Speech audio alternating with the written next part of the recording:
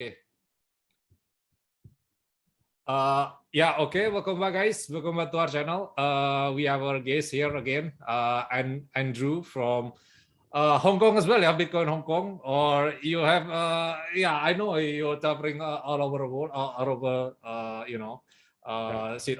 Southeast Asia in particular. Yeah, thanks for having me. And yeah, it happens that Southern China, Hong Kong, Shenzhen, is my favorite place in the world. I try to spend more time there, and I was stuck during COVID for 2 years there in Shenzhen in particular. And yeah, but right now I decided to go out into the world, and will probably not return to Hong Kong and Shenzhen until the quarantine, they cancel the quarantine, which may be never, I don't know. Yeah. We can talk about it later. Yeah. Before I gotta start with the video, yeah, can you share like a little bit more about yourself? Yeah, how you get into Bitcoin rabbit hole for the very first time? Yeah, so my previous background is in technology. Like I guess I started my career like 17, 20 years ago, in like got involved into some open source projects like FreeBSD. I was a committer on the boards team and interacted with like hundreds of different open source projects, like building packages. So then around 2010, I actually started my first startup as a founder and CTO. We built a music streaming service, quite successful. It's still alive in some of its evolution, but we had like a really great technical team, and we chatted. Even back then, I think we were on Hacker News every day, just checking what's current. And we noticed Bitcoin very early on, I think 2010, just between the colleagues.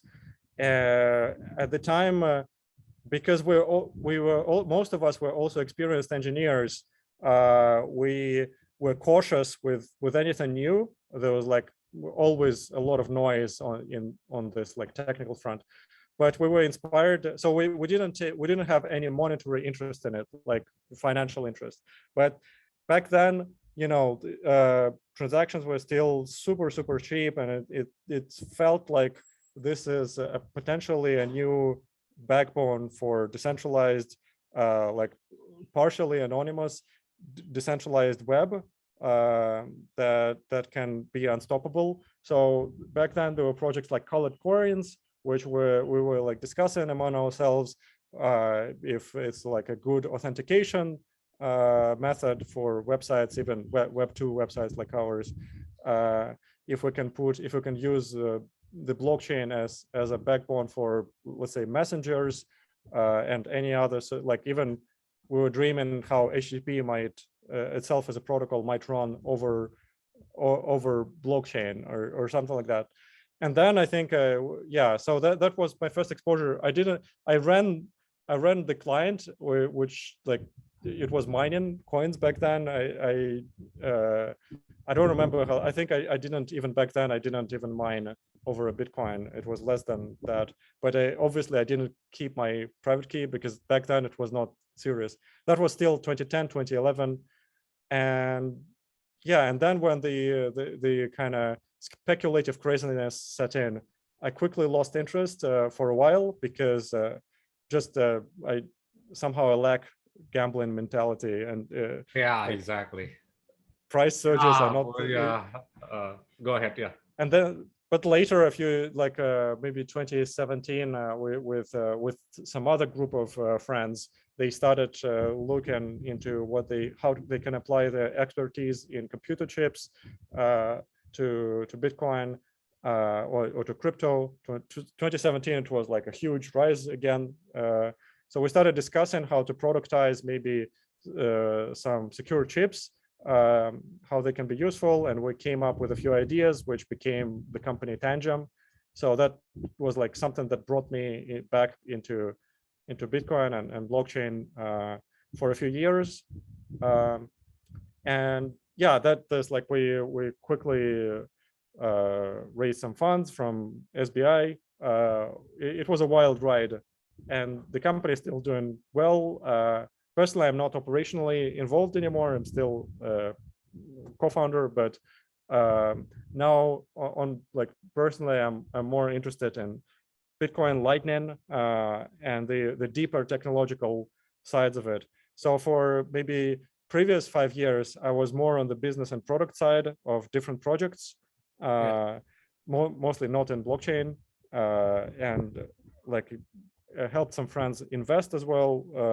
But I think I have that itch, as every engineer has, like to look deeper, because doing business, you never have time to go deeper on the tech. Yeah, exactly. Yeah. Particularly if your your business is growing, even doing the podcast, you have still don't have time to do that. But at the same time, if there is some executive or board in the company, maybe you can only focus on the making it bigger. For example, like Michael Saylor with with the podcast all over the place. Maybe they, the company is not really rely on Michael Saylor on the product itself, but on the mass adoption Bitcoin. People still need Michael Saylor, right, to bring the awareness, right, because they have the name of the Michael Saylor, right? Yeah. So I think just generally people who can operate their brains, let's say, on the technical side and on the business commercial side at the same time. I like recently, like in the last 2 years, I realized that's rare.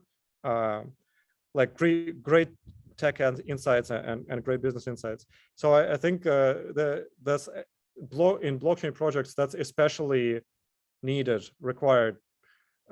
Because if you look at even the early stages of Bitcoin, it's not just technical or not just commercial innovation. It's the two combined in a, like, let's say, genius way, or maybe a very lucky way.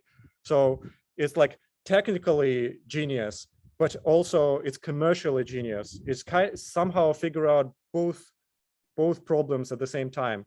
So it's like very efficient and extremely secure, and all the innovations around the consensus, of course, and the network level, networking, like system and protocol.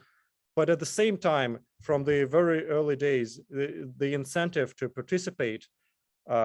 So if you look at the world of startups or projects like open source or proprietary, it doesn't matter. I'm not talking just about blockchain, anything. You frequently see amazing technology which will never be a successful product, or amazing products which are broken inside. Like amazing products meaning like great marketing, great website, but you start using it and you can give examples, right? Like, let's say something like Salesforce. It's a great company, and the marketing and sales is just unparalleled. Yes. But if you have a chance to use Salesforce for yourself, doesn't matter in what settings, you quickly realize it's a crazy mess inside. Same for any like big successful, I guess, corporation. Their products are horrible inside, for good reasons. And the opposite, I was like part of the FreeBSD team. So FreeBSD is like one of the most technically sound operating systems, and the kernel is beautiful. That's why companies like Netflix, Apple, Sony for the PlayStation product are using it.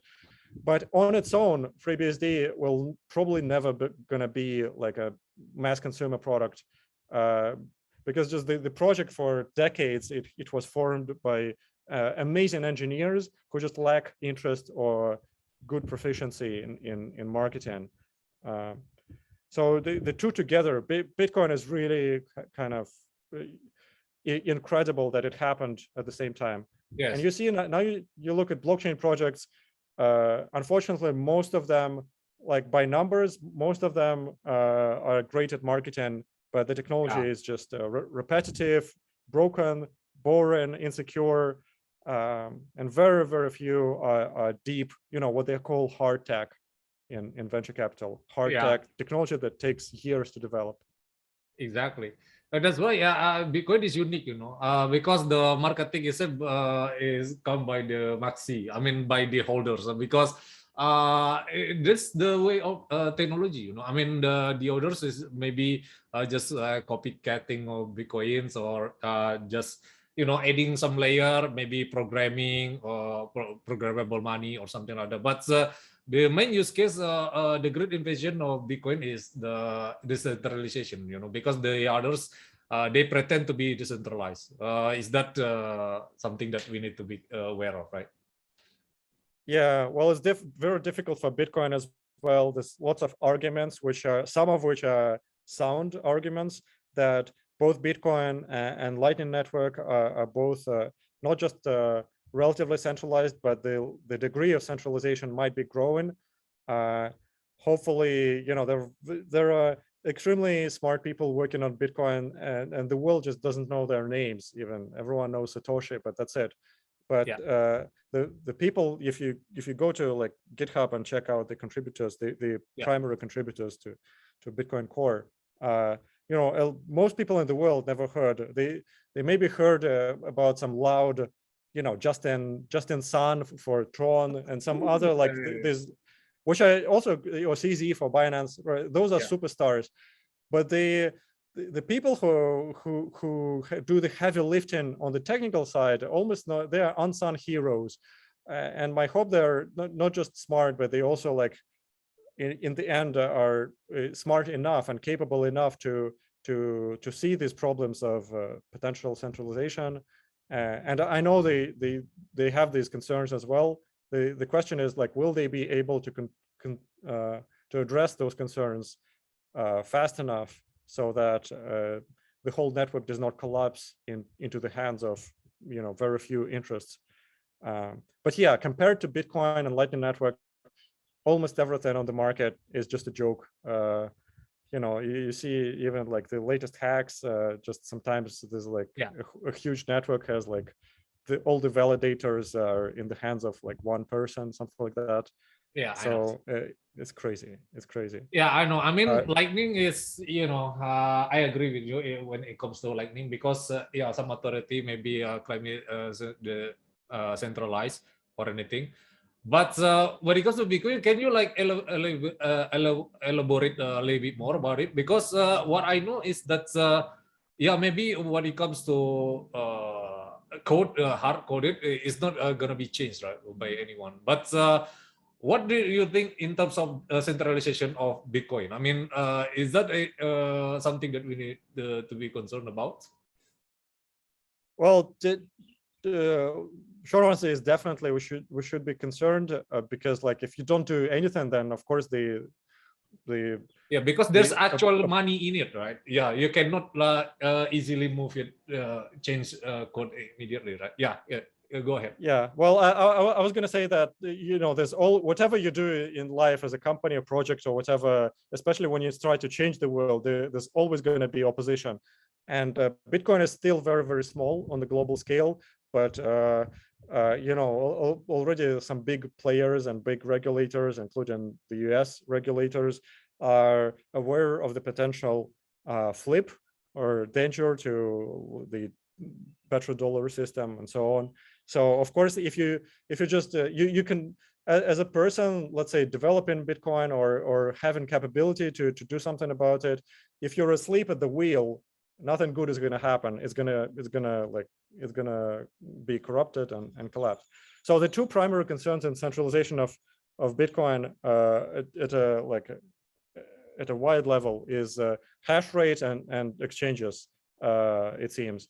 So hash rate is centralized in just a few mining pools, and of course a huge percentage of Bitcoins are held and traded in a delegated custodial fashion, which so both of these concerns are kind of not easily solvable. There's I don't think there are many proposals that, I don't think there are many deep proposals to solve hash rate centralization, and maybe it doesn't need to be solved in a radical way, but at least people should be aware that it's a potential vulnerability.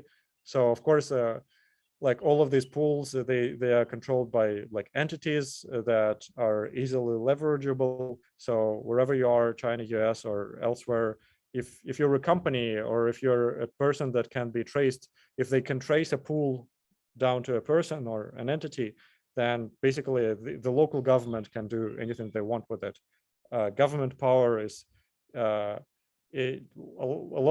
lot of people, depending on which country you are in, a lot of people underestimate what government can do.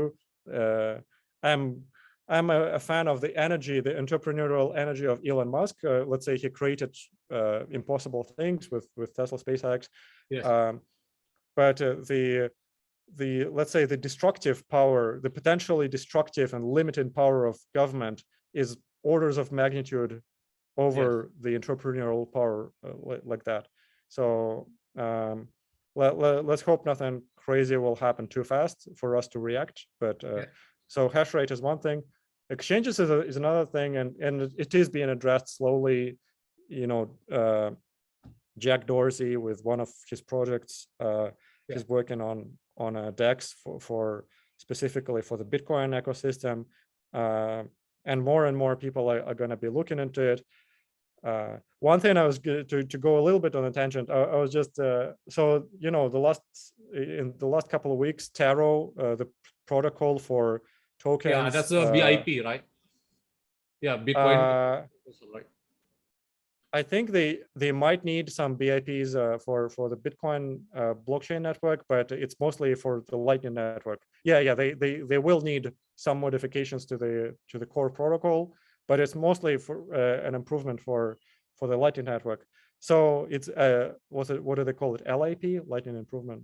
I don't remember. So anyway, it was very refreshing to see that compared to any blockchain product that has their own token, if you like look for Taro on Twitter, the level of noise is like 100 times lower, because of course if any other project launches or even is getting announced, they have their own token, so immediately there's like 100,000 bots promoting. There's like nothing but noise. But here, because the native network, the native token of the Lightning network is Sats, Satoshis, which is Bitcoin. Very few like speculative interests are trying to hype it up. So I'm just enjoying. It's like a breath of fresh air to see important things getting announced, and you can actually see real discussions instead of hype and noise. So that's great, and I think like that's one of the reasons to like Bitcoin and related protocols around it, because there's nothing to hype. I know. No I mean, shitcoin. Since like you mentioned like hash rate or something, we need to differentiate as well. The difference between concentration and decentralization is completely two different things, right? I mean, of course, when it comes to like capitalism, there's always concentration in anything. That's why maybe like Michael Saylor have more, not really stake. What do you call?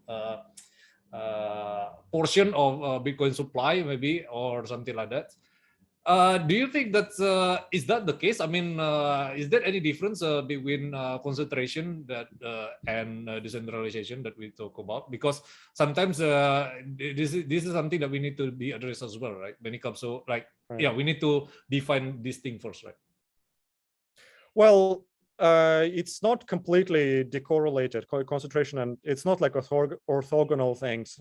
They are related, because basically the ultimate concentration of everything goes to one person or everything goes to one exchange, it's also the ultimate centralization. So these two things are related.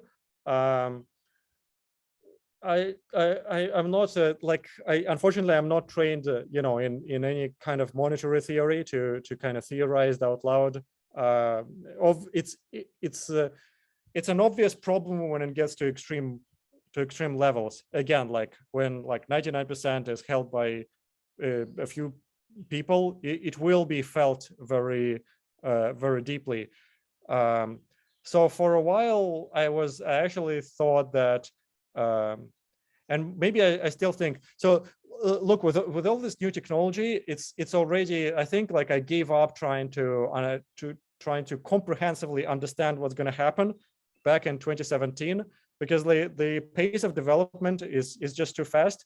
It's going to be emergent. Like all the products and effects are going to emerge, not because somebody designed them as a system, but because like it's going to be like a free market. Right now, it's still very messy, but it's going to be more and more like a free market, which the free market is smarter than any one person, even the smartest on the planet. So it's not like somebody can come in and say, okay, what's like, how is centralization or concentration is going to be solved?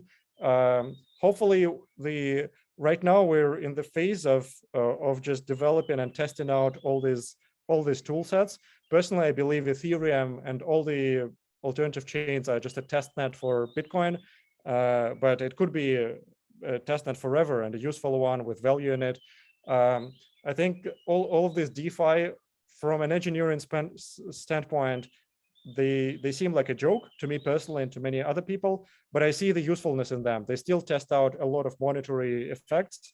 And as the free market gains access to these tools, solutions are going to emerge that are right now unimaginable. And maybe they're going to come from people that, are just teenagers right now who are kind of growing up and letting their brain develop in the context of these tools, because we are already like a little bit, maybe some of us, like, I'm 36, I'm already like a little bit set in my ways of how to think about certain financial things.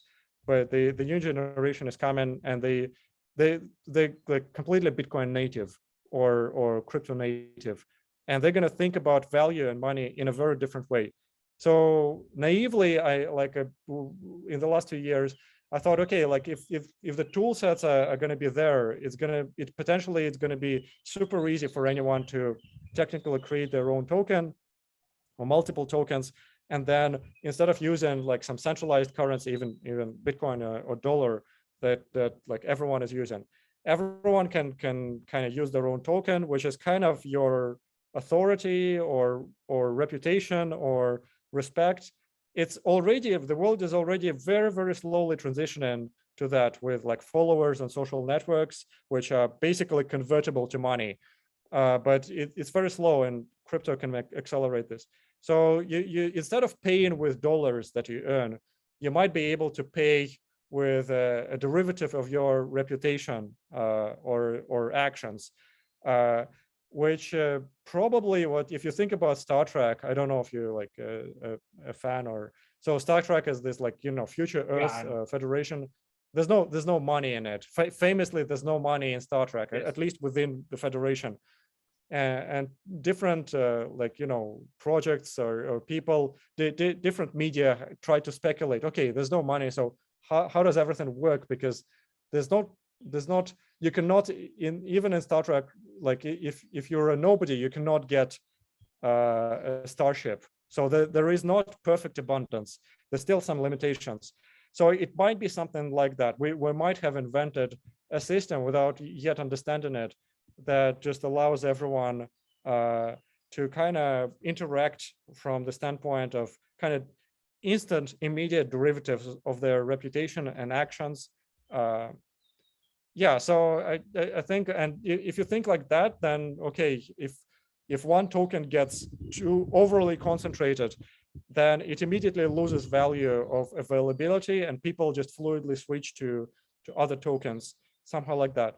But of course, right now we cannot see it clearly. Like personally, as an engineer, again, I mostly believe in the technology behind Bitcoin, and we cannot see clearly a transition to that without the current mess of what it takes to build and pump and dump a shitcoin. I think it's going to be like another wave of maybe tokens or some representation of value, which we cannot see yet.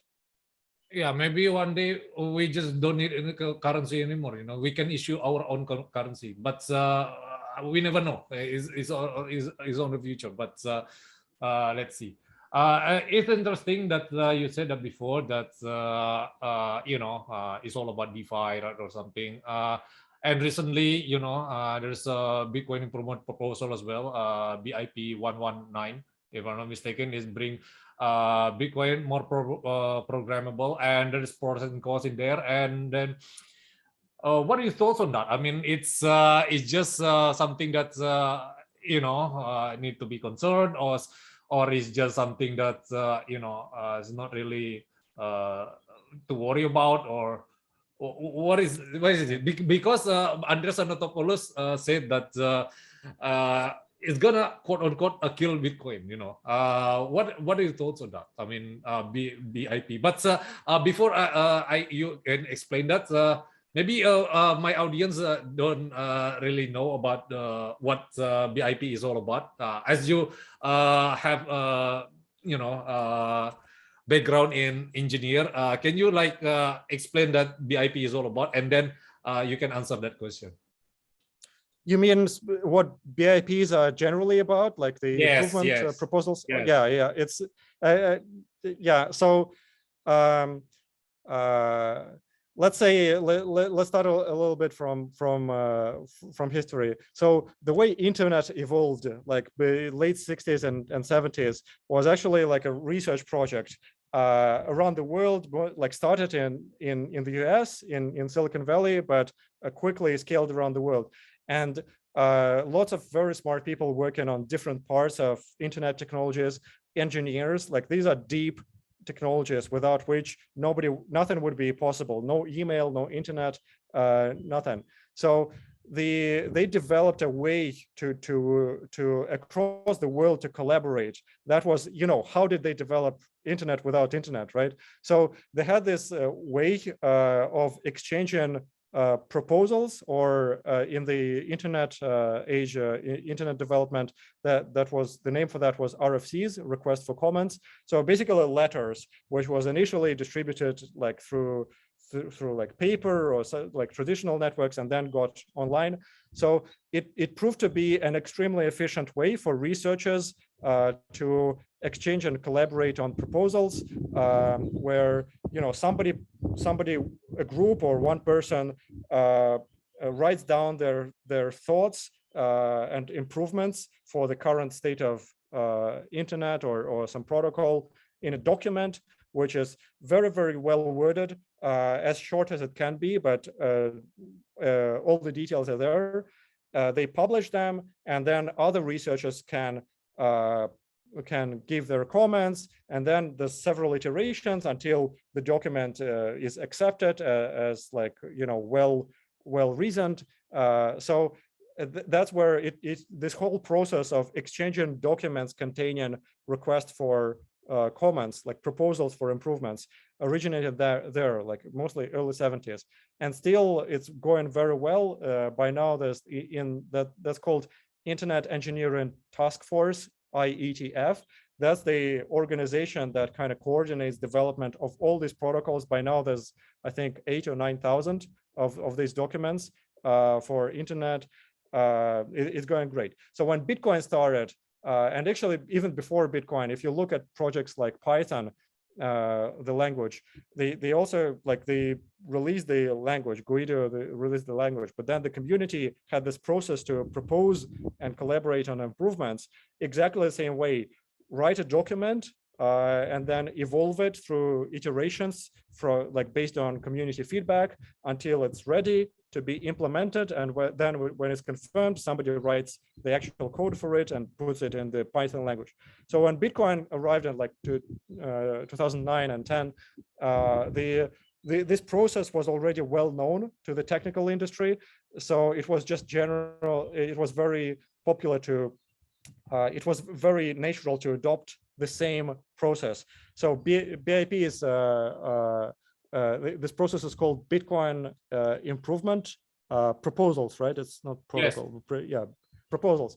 And by now, I think there's over 300. So from the very early days, I think BIP #1 is over 9 years ago, maybe 10 years ago. Yes. From the very early days, this is right? what was that? So far. They don't.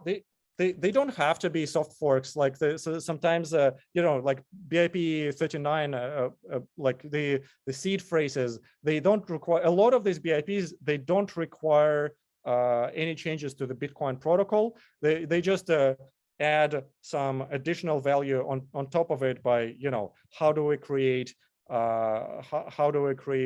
Bitcoin wallets from a seed phrase, or like in the Lightning, for Lightning, like how do we improve the Lightning user experience with like better URL schemes. So a lot of these proposals, they actually don't require any forks or any changes to the Bitcoin core code, but they just describe a new way of using the existing code. And then some of these improvements, they do require forks, whether soft or hard. So it's a very well-functioning process. Again, somebody, one person or a company or a group of people, they announce a proposal for an improvement of Bitcoin in any way, written down in a very well-designed technical document with very good language, no vague details, everything written down exactly how they plan to do it. And then there's a time, like weeks or months, for the community to react, provide feedback, and improve the proposal. And after a while, it coalesces into the best version it can be, and then it lands as like a final proposal. And even then, it's only a proposal.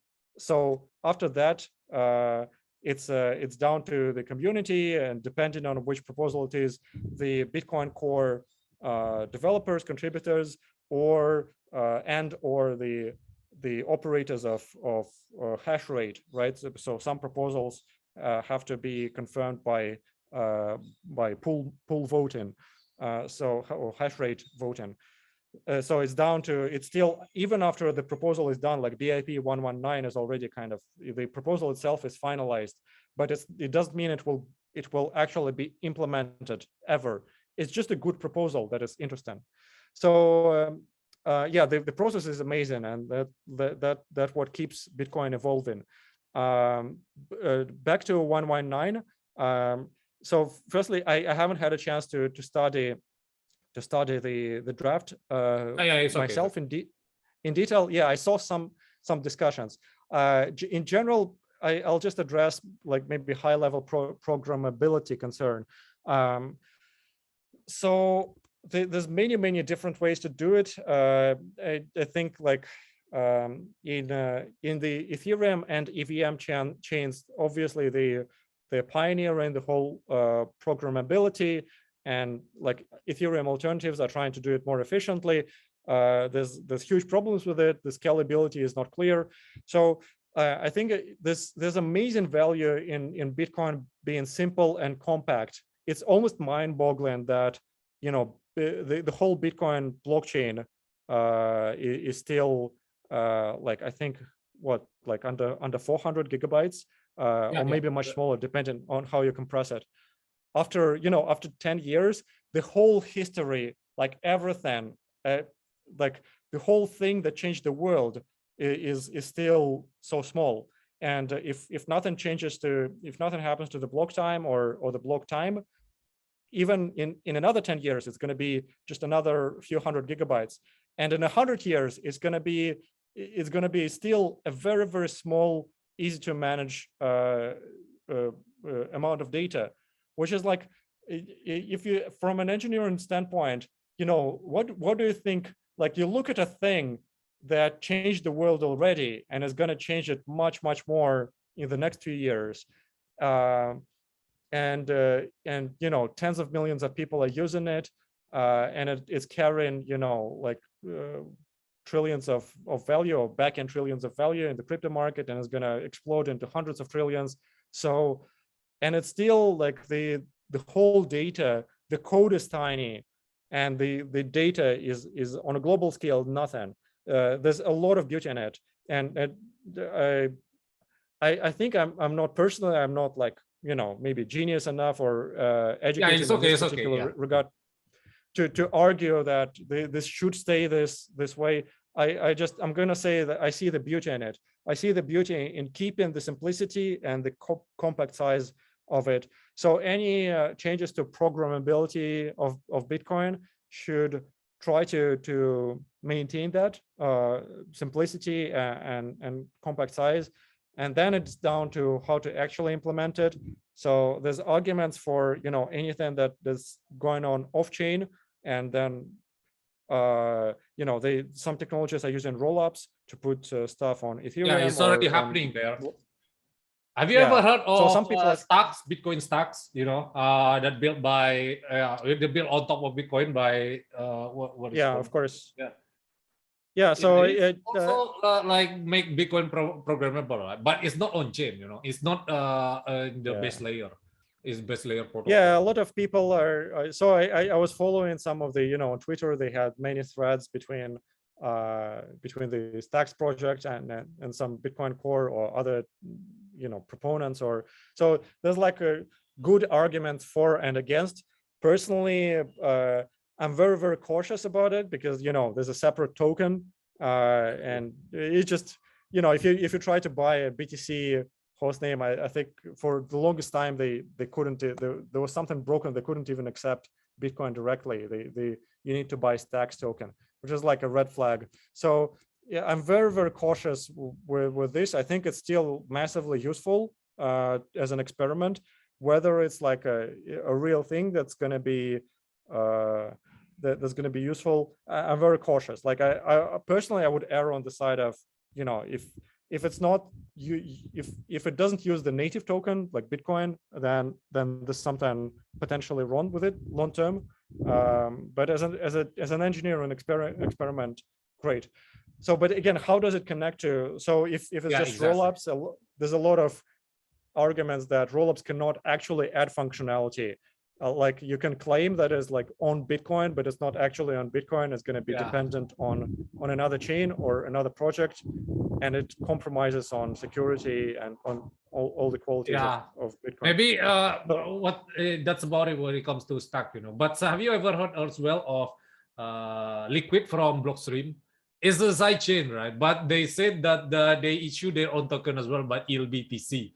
That's completely centralized by Blockstream. What are your thoughts on that? I mean, is it the same like Stacks, Bitcoin Stack, or it's just completely different thing? I think there's I think to me it's different technology, but similar class of technologies. I think there's good value in different projects trying to be closer to Bitcoin and you know, further away from completely independent, you know, potentially pump and dump tokens. So I see Liquid and I see value in Liquid and Stacks, but the same, like separate token makes me very cautious. Again, like maybe even if the technology is perfect, there's always the commercial aspect that can ruin the whole thing. And the commercial aspect might be that it's like, you know, they're gonna have to compromise and kind of try to pump it separately and compromise on some technical aspects in the end. So technology cannot be successful without the commercial aspects of it, and the commercial aspects might be the Achilles feet of these projects. Yeah. For a long time, I was like very generally, like until maybe 4 or 5 years ago, very skeptical on different proposals to scale Bitcoin or to make it more functional. And Lightning I was very skeptical about Lightning, but now I think it looks like there's a good chance that Lightning can be scaled infinitely. I know it's like for a non-technical person, it's much easier to agree to this because like, you know, a lot of people say it's good, but for me as a technical person, it's even sorry, go ahead. It's just obvious that like blockchains like Bitcoin and Ethereum themselves, it's impossible to scale to what they need to do without more layers. Whatever you do, like all the talks about sharding and it's just, I was reading all of these proposals. It was like they're trolling the internet, because like sharding, the sharding they proposed, like Vitalik was proposing, it was like a limited number of shards. What it means is just it does not help with scaling. It just pushes off the problem by maybe 1 or 2 years. or if you scale slowly, then it will give you a couple of years. But if you suddenly scale faster, it will give you another few weeks. So what's the value of introducing all of that complexity? That's my maybe layman engineer view of those proposals. But Lightning seems to be like, the more I'm looking at it, the more I'm optimistic. But they need to be they need to be more kind of genius level developers working on it. Right now, it's like Lightning Labs is doing some great work, but honestly, I think we need a lot more brain power in working on that. Yeah, exactly. Even the OG itself. I mean, like, have you mastering? I mean, the books of mastering of Bitcoin by what is called Rene Picard. He's quite skeptical, right, about Strike or bringing Lightning to the world. It's because you cannot scale that way. I mean, like for mass adoption, right? And then maybe the risk is when it comes to the inbound and outbound liquidity. Have you heard of that? There is the risk of Lightning. So there is the risk to it still, but it's not a bug actually. It's a feature. So that maybe the trade-off that Lightning can get. So that's the risk you can take. So I don't know. Yeah. Right now, I think Lightning mostly in the world by numbers, it functions as like a federation of centralized services like Blue Wallet, Strike, and a few others. But they are based on a single protocol, Lightning, that is like they are necessarily federated. So let's say you have like before Lightning, you had exchanges like Binance and Coinbase. So within Binance, you can send fast transactions without fees between users because it's all custodial. And within Coinbase, you can do the same.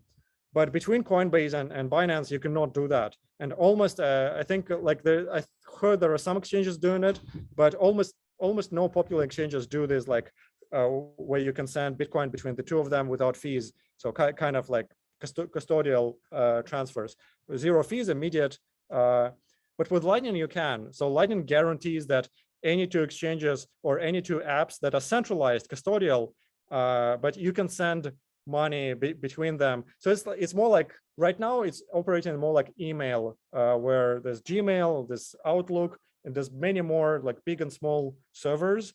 Yes. So it's not as good as it should have been, where email was designed to like every person would have, like almost every person could have their like email server for their family. But it's just Gmail won in the end, or Microsoft with Outlook won. So they don't really need that right now, but still email functions. But the other side of the problem is self-custody is still unsolved. That's why again, Jack Dorsey is like one of his projects is trying to solve this problem. Yes. Like trying to find better solutions. It's largely unsolved. There's really like no mass consumer will probably never rely on passphrases. There's obviously hardware wallets with different variability of like different balances of security versus ease of use. But again, for the mass consumer, it is an obviously unsolved problem. For your mother or grandmother to introduce them to Bitcoin, they probably need to register on Coinbase or some big, because there's much less chance to lose everything, at least at first. But we need better solutions for people to be comfortable. I think Jack Dorsey is still developing on it, because maybe some exchanges try to like circumvent the transaction, because have you ever heard like you can send BTC with the BSC network. I mean, like Binance Smart Chain network. Or of course. You can send BTC through another exchange with Solana network. It's still possible to this day with zero fees. But I don't know, maybe it's not gonna be sustainable. I'm not sure, but yeah, that's the difference that non-custody wallet need to be addressed. Yeah, of course. So, well, you're talking about wrapped Bitcoin, I think, coins, which is a massive technological risk. I think by now, by value, there's more wrapped Bitcoins that are at risk or have already been hacked or at risk, because you basically, when you do any wrapped coin, and even Vitalik spoke to it, you carry the risk of two blockchains and the bridge. Because when you're using Bitcoin, you carry the risk of Bitcoin, like somebody might hack Bitcoin or whatever. Yes, that's a risk, but it's low. But then on top of that, you start using, let's say, Solana. That's another risk. Solana might get hacked. And then there's a bridge between the two that wraps the coins back and forth. And that's the third risk. And it's like exponential growth of risk. That means that, if anything, any Bitcoin is going to be hacked, it's those wrapped coins first. So that's like technological risk is just not worth it. But of course, a lot of people are doing it for. I think by now, like more people are just using Ether for like basic coin. Because people still believe in exchanges. They don't trust themselves. That's why they cannot use the non-custody wallet or something. Yeah. Maybe that's pretty much, maybe it's been an hour already. I need to wrap this up. Yeah, before I wrap this up, it's just for Panu financial advice. Do you have any specific Bitcoin price prediction for maybe it's just still bull market or still bear market? What are your thoughts on market right now? You mean the price and finances? Yeah. Yeah. I mean, for the next 2 years, lah. I mean, it's still a bull market or it's just bear market? Yeah, well, I'm very biased, so I'm just even whatever happens to this number, which doesn't mean much anymore. It's just, especially with the futures market, I'm like, infinitely bullish on the technology. So I'm very biased. I wouldn't advise anyone who is not that optimistic to buy in at any time. They need to do their own research, but for me, it's a bet on the future. It's a bet on humanity. It's like buying Tesla stock in a very tough spot when it was shorted. Like I would probably still do it just because it's a bet on humanity, and I choose to bet on a bright future. I choose to believe in good outcomes. That's why I'm bullish. Yeah, exactly. And not just 2 years, but yeah, of course, it's now 2 years and 100 years from now. It's all like. Yeah, exactly. Yeah, since like you mentioned about the future of humanity, I saw your tweet as well. You like some have argument of your tweet about neo-slavery, because the labor is not getting enough in this day and age, because maybe cheap money being printed, and the gap is getting wider and wider. Yeah, what do you think of the neo-slavery itself? That's still Bitcoin solving fixes this, or it's just something that you cannot escape from this? Sorry, you mean about what? Neo-slavery. I mean, like the labor still don't have mass access to the financial inclusion. Do you think that Bitcoin fixes this, or it's just the way that stay where it is? Yeah. Well, no, definitely, but it needs to. We need to grow Lightning, and most importantly, we need to grow the UX of Lightning, so that it's really designed from a product standpoint for billions of people. Then I do believe everything changes. Everything changes for Bitcoin, but most importantly, everything changes for the people. Because right now, even if you're in a good country like in America, you're trying to set up a company, you're trying to test some of your ideas, right? You need to set up a company. You need to sign up with Stripe to accept credit cards. Then you pay 3% to Stripe plus like 30 cents per transaction. Microtransactions are impossible with TradFi. I've been extremely bullish on microtransactions since forever. And I think like people like Balaji has also spoken, like, his first company 21, his first Bitcoin company 21 was all about that, like integrating microtransactions into every HTTP request. And now Lightning Labs have a protocol for that. like embedded Lightning payments inside every HTTP request, which can just revolutionize the API economy, where instead of like building a landing page for your good API, you can just publish it and it will immediately monetize. Yeah, it does fix a lot, and of course, just access to value transfers for everyone on Earth. Like you reduce friction, yeah, it's like the high-speed railway network in China. It cost a lot to build, but somebody calculated it contributed like trillions and trillions or tens of trillions of USD dollars of value to Chinese GDP already. So if you have like payment rails like that are like already global scale and basically free and scalable, so yeah, it's gonna contribute just unimaginable value to humanity and to everyone who wishes to contribute, like in labor or any other way. So yeah, exactly. Bitcoin fixes this definitely.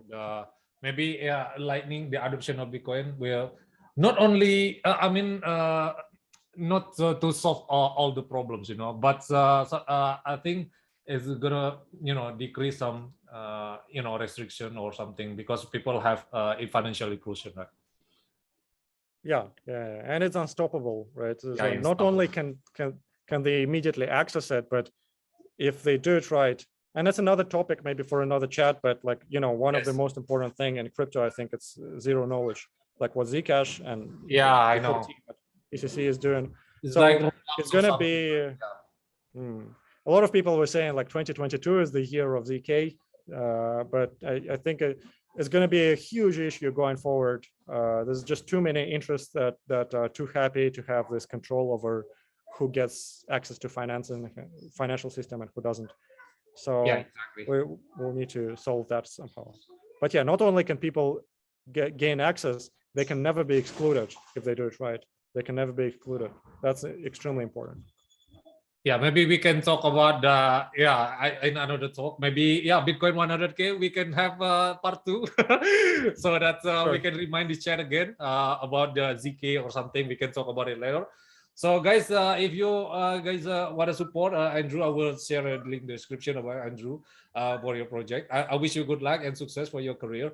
And then leave a like and subscribe to our channel, guys.